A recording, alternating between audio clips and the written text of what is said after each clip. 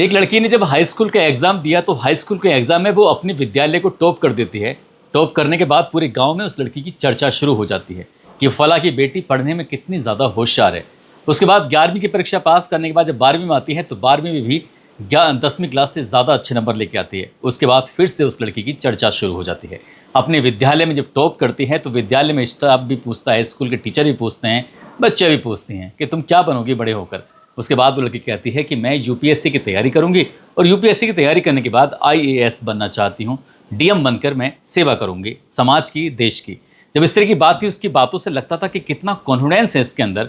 12वीं की परीक्षा पास होने के बाद उसके बाद वो अपने पिताजी के पास जाती है, पिताजी को रिजल्ट दिखाती है। रिजल्ट दिखाने के बाद पिताजी से कहती है कि पापा, अब मेरा एडमिशन किसी बड़े शहर में किसी बड़े स्कूल में करा दो ताकि मैं अच्छे से और मेहनत करूं और मेहनत करने के बाद मैं यूपीएससी क्लियर करने के बाद डीएम बन जाऊं। इस तरह की बात जब उसके पिताजी ने सुनी, पिताजी ने उसकी बात ज़रूर सुनी थी लेकिन उसकी बातों पर अमल नहीं किया था। काश उसके पिताजी उसकी बातों पर अमल कर लेते, उसका एडमिशन किसी अच्छे स्कूल में यानी कि अच्छे कॉलेज में दिलवा देते, अच्छे शहर में दिलवा देते, तो वो बेटी वाकई यूपीएससी क्लियर करने के बाद आईएएस ज़रूर बन जाती, क्योंकि उसमें इतनी क्षमता जो थी। लेकिन आगे चलकर उस लड़की के हाथों से एक नहीं बल्कि दो नहीं 4 कत्ल हो जाते हैं और उसके जो हाथ थे 4 लोगों के कत्ल में सन जाते हैं।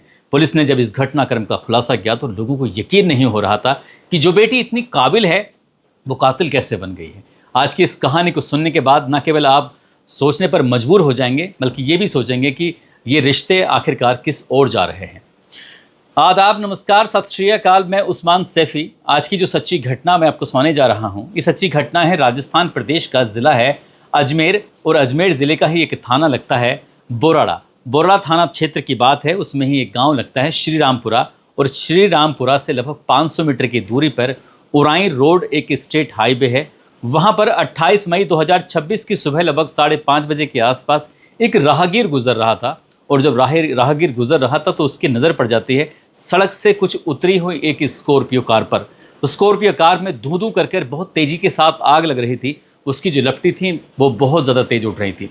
इसी बीच में उसने अपना मोबाइल निकाला। मोबाइल निकालने के बाद एक वीडियो बनाता है और वीडियो को एक एविडेंस के तौर पर कह सकते हैं या फिर उस निशानी के तौर पर अपने पास रख लेता है और तभी तुरंत ही पुलिस को कॉल करता है। पुलिस को कॉल करने के बाद उस जगह की लोकेशन बताता है। लोकेशन बताने के बाद कहता है कि साहब, यहाँ पर एक स्कॉर्पियो है, बहुत तेज़ी के साथ जल रही है, हो ना हो कोई बड़ा हादसा हुआ है, आपको जल्दी से मौके पर आना ही चाहिए।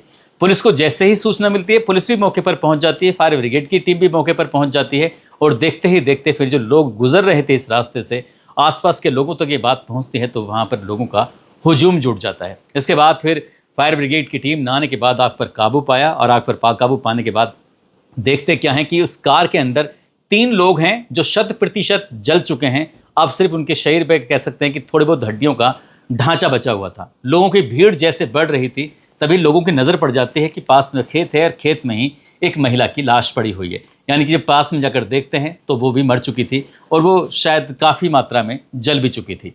तत्काल ही उसे देखते हैं, देखने के बाद उसे हॉस्पिटल लेके जाते हैं। डॉक्टर भी उसको मृत घोषित कर देते हैं। इसके बाद 3 कंकाल जो उसकी गाड़ी के अंदर पड़े हुए थे, एक बॉडी जो खेत के अंदर पड़ी हुई थी, इन चारों को कब्जे में लेने के बाद पुलिस पोस्टमार्टम के लिए भेज देती है। पोस्टमार्टम के भेजने के बाद फिर ये पता करने की कोशिश की जाती है कि आखिरकार ये लाशें किसकी हैं, हादसा हुआ है, क्या नहीं हुआ है।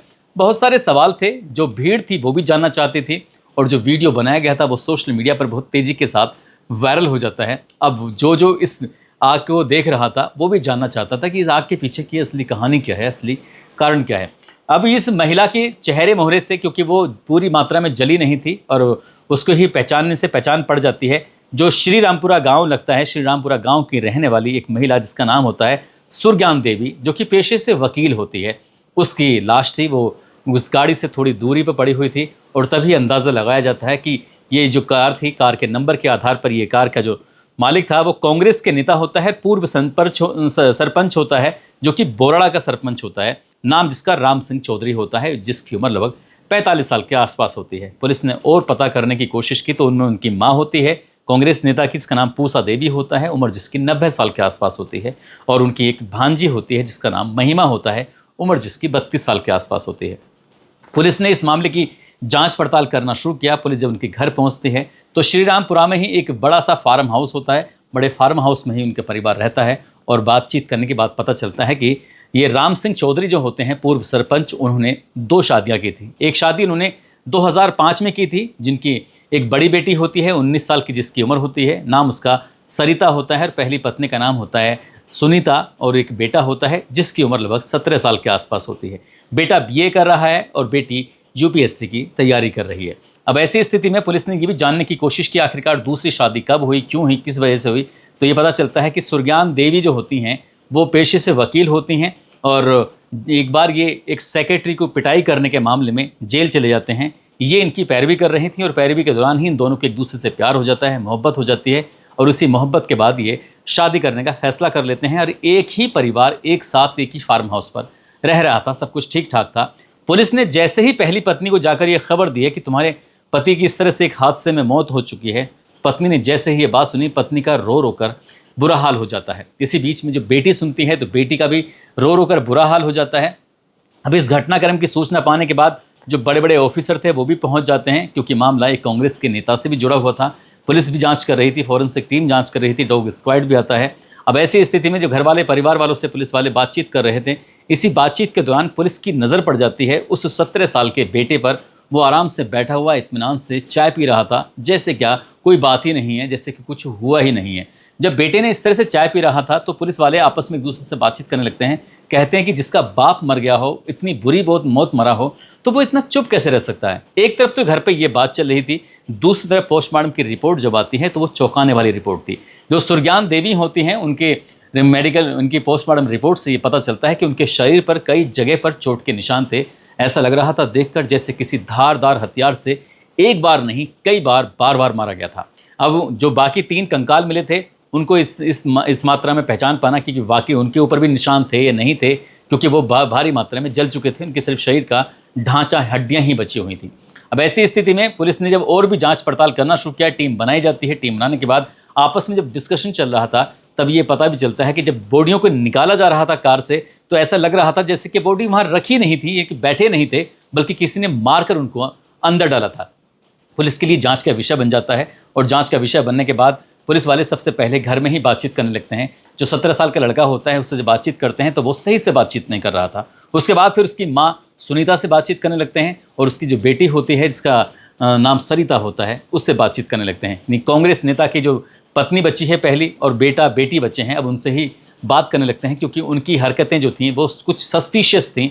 साथ ही पुलिस ने कुछ ऐसा भी देखा, घर के अंदर ऐसा लग रहा था कुछ विशेष स्थानों पे कुछ साफ़ सफाई हुई है। और जब साफ़ सफाई हुई है, इसी कारण पूछा ये साफ़ सफाई आपने क्यों की है, क्योंकि वहाँ धोया गया था, साफ़ किया गया था।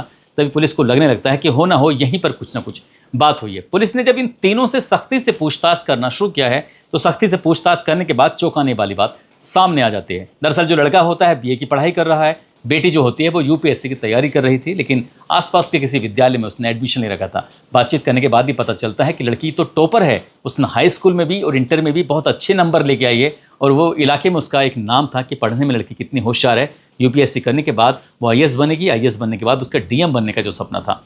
अब जब और पूछताछ की जाती है, पूछताछ करने के बाद जो पत्नी होती है पहली वाली, वो बताती है कि साहब पति शराब पीकर जब घर में आया करता था तो घर में आने के बाद वो जानवरों की तरह मारता था, पीटता था, और बच्चे जब ये देखा करते थे तो बच्चों को बहुत तकलीफ होती थी।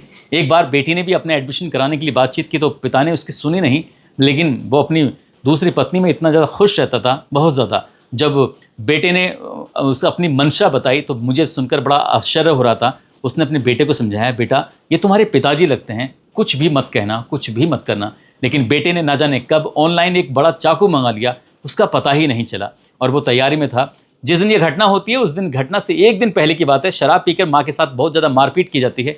माँ ने उस रात भी समझाया था कि बेटा अपने पापा को तुम कुछ भी मत करना। लेकिन ये 27-28-2026 मई का महीना था। उस रात के लगभग 2 बजे के आसपास का वक्त हो रहा था। 17 साल का बेटा रात के 2 बजे के आसपास उठता है, अपना जो चाकू उसने ऑनलाइन मंगाया था उसे लेकर अपने पिताजी के पास जाता है। पिताजी आराम से करवट लिए सोए हुए थे, वो उनके पास जाता है और कान के अंदर पूरा चाकू घुसेड़ देता है। अब जैसे चाकू घुसेड़ता है तो उसके बाद फिर उसके पिता की चीख निकलने लगती हैं। पास में ही उसकी सौतीली माँ सोई हुई थी, सुरज्ञान देवी, वो भी जग जाती है, और जैसे जगने बाद वो विरोध करने की स्थिति में थी, तुरंत ही उसने अपनी माँ पर भी, यानी कि सौतीली माँ पर भी हमला कर दिया। माँ पर भी ताबड़तोड़ हमला करता है, पिताजी पर भी ताबड़तोड़ हमला करता है, और इन हमलों के बाद जो उसकी सगी माँ होती है और उसकी सगी बहन होती है वो भी उसके पास आ जाती हैं, और पास आने के बाद देखते क्या है कि यहाँ पर जो उसकी दादी है इस घर के अंदर वो भी आ जाती है, और जो बुआ की बेटी है वो भी आ जाती है। उन्हें लगता है कि अब ऐसा ना हो कि बात खुल जाए, तुरंत ही वो दादी की भी हत्या कर देते हैं और जो बुआ की बेटी थी फिर उसकी भी हत्या कर देते हैं। ठीक वैसे ही जैसे उसने पिता को चाकुओं से गोद कर मार दिया था, जैसे उसने अपनी माँ को मारा था, जैसे उसने ठीक वैसे ही दादी को मारा और बुआ की बेटी को मारा। अब उन्होंने सोचा कि क्यों ना इस घटनाक्रम को पूरे हादसा का रूप दिया जाए,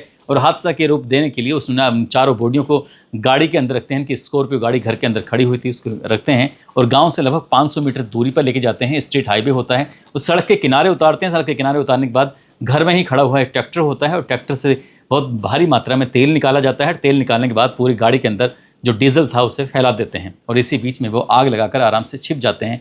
देखते क्या है कि जब लोगों का आवागमन शुरू हो जाता है, इसी बीच में एक व्यक्ति की नज़र पड़ जाती है और इसी बीच में जो उसकी सौतेली माँ होती है 17 साल के बेटे की, दरअसल वो मरी नहीं थी बल्कि वो उस वक्त जिंदा थी। उसने किसी तरकीब से गाड़ी का खिड़की खोली। खिड़की खोलने के बाद वो बाहर निकल के खेत की तरफ पहुंच जाती है और खेत की तरफ पहुंचने के बाद लेकिन वो गंभीर रूप से घायल थी।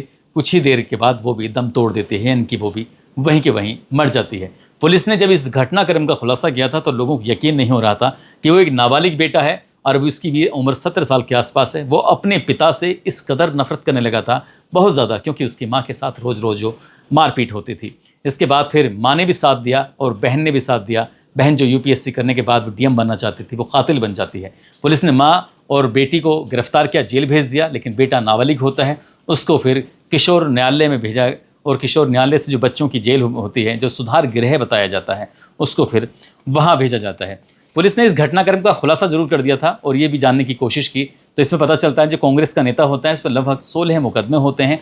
उसने एक सेक्रेटरी के साथ मारपीट कर दी थी, उसके बाद वो जेल जाता है और जेल जब गया था तभी इसकी ये महिला से जान पहचान हो जाती है, सुरज्ञान देवी से, और वही इसकी पैरवी करने के लिए आती है और पैरवी करने के दौरान ही उससे जान पहचान हो जाती है, दोस्ती हो जाती है, प्यार हो जाता है और दोनों साथ साथ रहने का फैसला कर लेते हैं। जैसे ही ये महिला इसकी ज़िंदगी में आती है उसके बाद फिर जो उसकी पहली पत्नी होती है उसके साथ फिर मान सम्मान उसका कम हो जाता है, उसके साथ आए दिन मारपीट होती थी और ये मारपीट की वजह ही है जो 4 कत्ल की वजह बन जाती है। दोस्तों, इस पूरे घटनाक्रम को सुनाने का उद्देश्य किसी को परेशान करना नहीं है, किसी का दिल दुखाना नहीं है, बल्कि आपको जागरूक करना है, आपको सचेत करना है। और जाते जाते असम के रहने वाले हैं कमरुल इस्लाम जिनका नाम है, आज इनका जन्मदिन है। इनको जन्मदिन की ढेरों सारी शुभकामनाएं, बहुत बहुत मुबारकबाद। और कुछ लोगों ने नाम लेने की अपील की है, जिसमें सुमैया हैं, योगेंद्र सिंह, राकेश गुज्जर, मोहम्मद अखलाक, कुलदीप सिंह चीमा पंजाब पुलिस में है जो जालंधर के रहने वाले हैं, दिलनाज अली, दानिश मुदगल, गुलशन, अनुराग, अमन, माला, रमेश कमलाकर छत्तीसगढ़ से, पूनम यादव सैदपुर से, नासिर चौधरी, शिवानी, उदयवीर सिंह संभल से, मथुरा से मोहम्मद एजाज, बिहार से